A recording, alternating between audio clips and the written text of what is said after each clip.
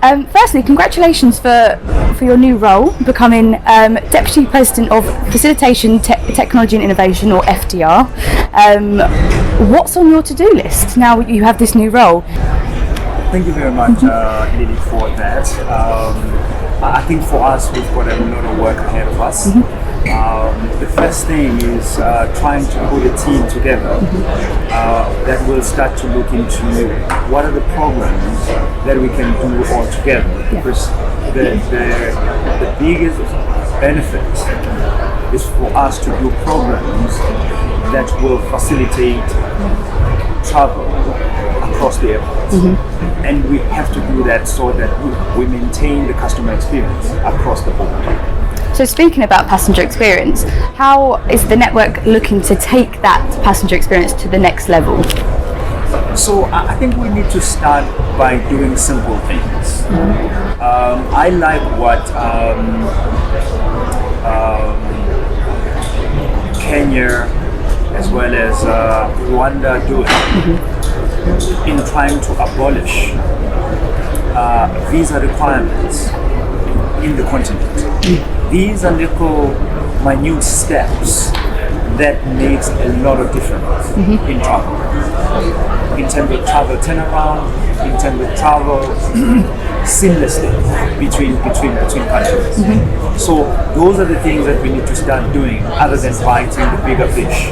So I think for me, if we can do all those steps, but we need to do it all at the same time.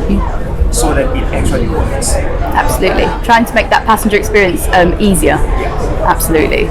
So at the conference so far, we've spoken a lot about sustainability. It's been a huge buzz topic.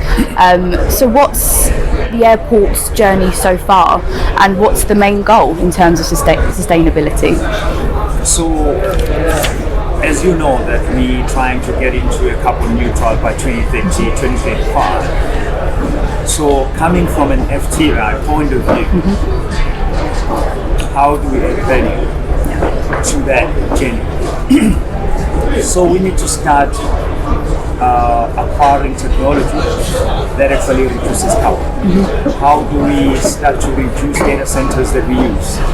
Because the more we share data centers, the more we're reducing power requirements that reduces carbon emissions in the environment. So those are the things that we need to be starting doing as airports, and how do we start buying sustainable infrastructure that supports carbon reduction.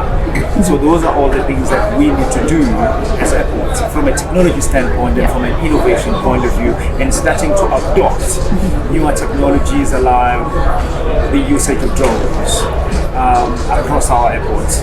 And that is the programs that we're going to be starting to push going forward. Absolutely, and we speak about innovation, new technology, and there's definitely the rise of digitalisation within airports. But is that human touch still crucial?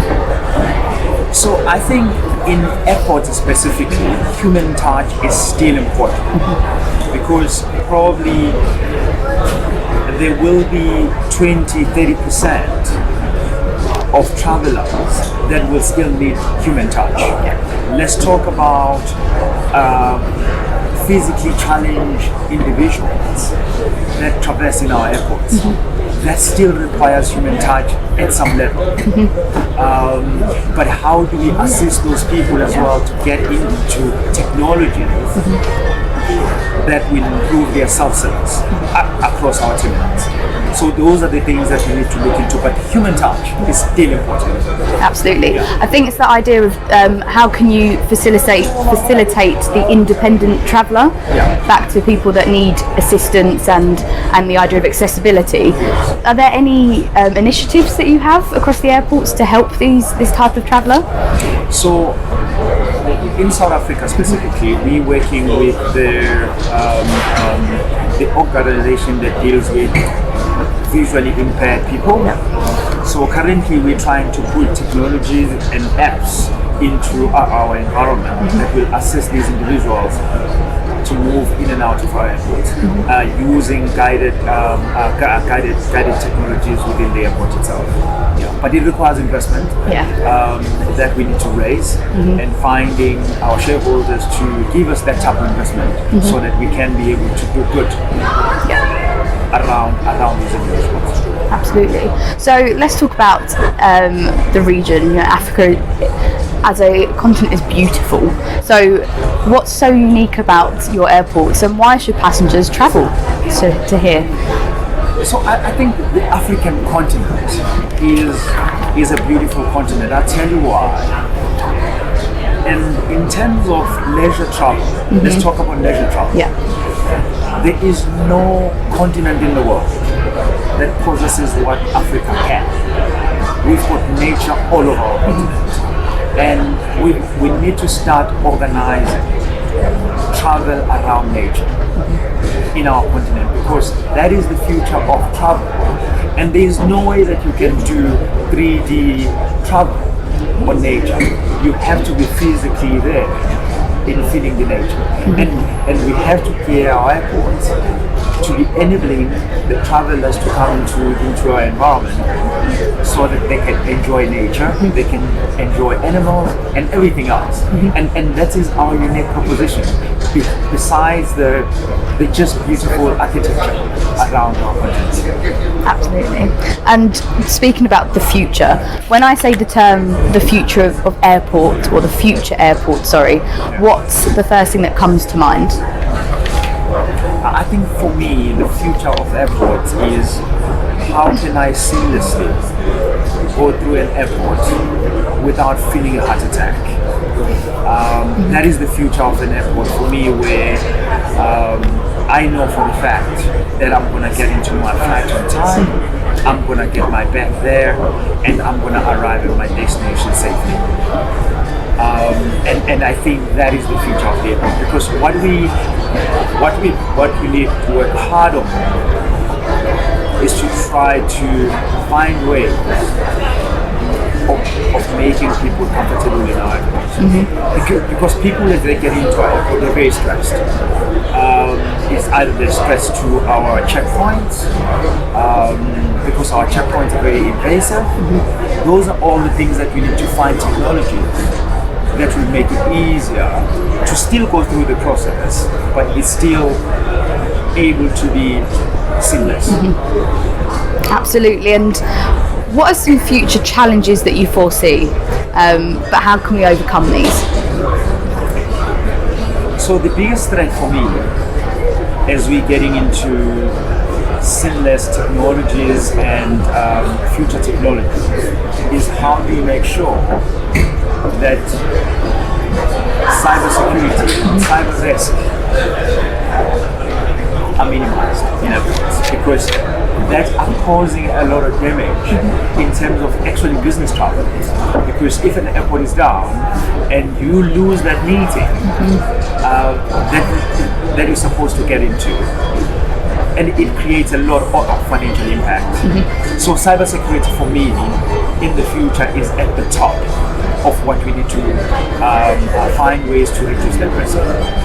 Absolutely. And so again, another buzz topic that's been thrown around at this conference is the idea of collaboration, really exploring that with each other and within the industry. But where do we begin?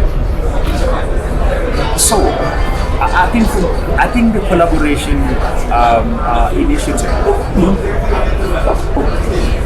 is well received in the conference, and I think that is what we need to be doing in Africa at large. But what do we collaborate on? So that is the question that we need to answer. And because if we're just saying we're collaborating at a political level, we're collaborating at processing level, those are the things that we need to take step by step. Because if I'm collaborating at removing visa requirement, and everybody must do that at the same time, and then we move into another level. Let's start collaborating and sharing data across the board as I'm traveling. But that requires us to collaborate from destination to destination. Because if that doesn't happen, there's no collaboration, even if we want to do that particular initiative. So that is what, as FTI, we're going to start to look into, but not taking away the initiative that are done by the world, because there's programs like smart data hubs that we want to implement across the world, and how do we take those concepts and put it into Africa and start driving our effort around data and big data and sharing that value across. It sounds like an exciting future, I must admit. And I guess my final question to you is, what are your 3 key takeaways from this conference so far?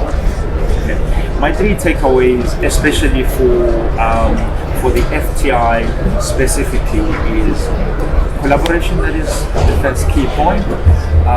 The second key point: how do we